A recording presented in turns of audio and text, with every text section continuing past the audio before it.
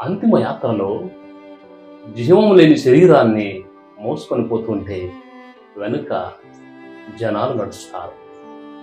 దాని అంతరార్థం ఏమిటో తెలుసా? ఇవాళ అతడు తరువాత వరుసలో ఎవరి కాలం రాగానే వారు తరలిపోతారు అని. అది మనం వేసే ప్రతి అడుగు జీవిత చివరి మజిలీకి చేరిక అని గుర్తు చేస్తుంది. జీవితం శాశ్వతం కాదు అన్న సత్యాన్ని గుర్తించుకుంటే, ఉన్న కాలాన్ని సద్వినియోగం చేసుకుంటూ ఇరుగు పొరుగు వారితో ప్రేమతో మసలుకుంటూ జీవించాలి అనే సత్యం బోధపడుతుంది. హెబ్రీయులకు రాబడిన లేఖ 13వ అధ్యాయం 14వ వచనం. ఈ భూమిపై మనకు స్థిరమగు నగరము ఏదియునూ లేదు.